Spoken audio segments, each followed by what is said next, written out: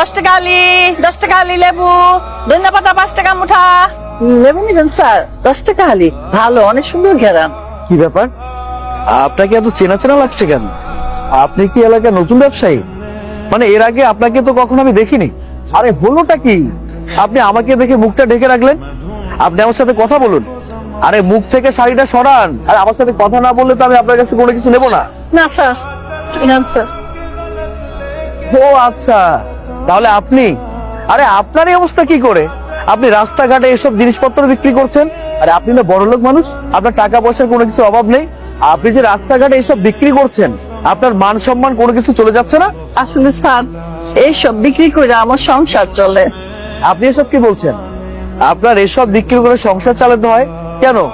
আপনারা না বড়লোক মানুষ, আপনাদের টাকা পয়সার কোনো কিছুর অভাব নেই। আর তাছাড়া আপনার ছোট জামাই তো কোটিপতি, তাহলে হলোটা কি? এত কথা আপনারা কইতে পারুন না। আপনি লেবু নিলে না, না নিলে জানগা। এই রিক্সা যাবেন? এই রিক্সা। আপামনি চাইবেন? তোর এত বড় সাহস, সামান্য একটা রিক্সা চালক হয়ে ফকিন্নির বাচ্চা তুই আমাকে আপা ডাকিস?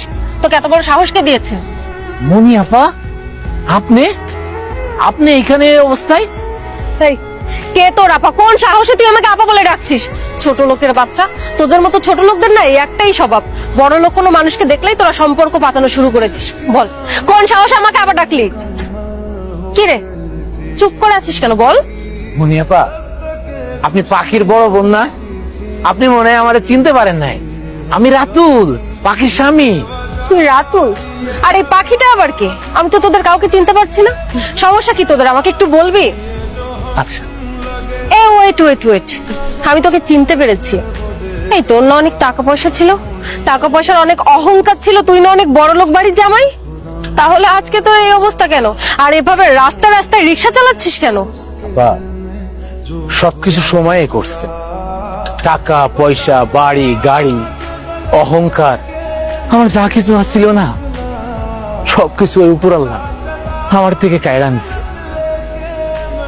বিনিময়ে হয়েছে আমি রিক্সাওয়ালা। এই রিক্সা এখন আমার সঙ্গী। পেটের দায়ে অনেক কিছুই করতে হয়।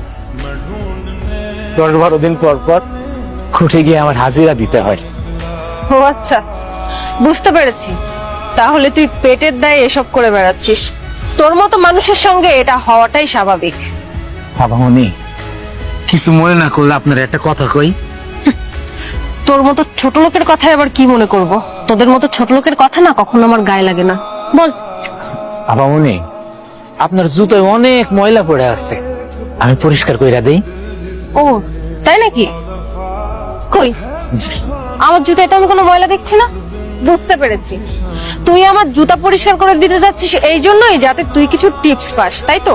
সমস্যা নেই, তোর আমার জুতো পরিষ্কার করে দিতে হবে না, আমি তোকে এমনি এমনি টিপস দিচ্ছি।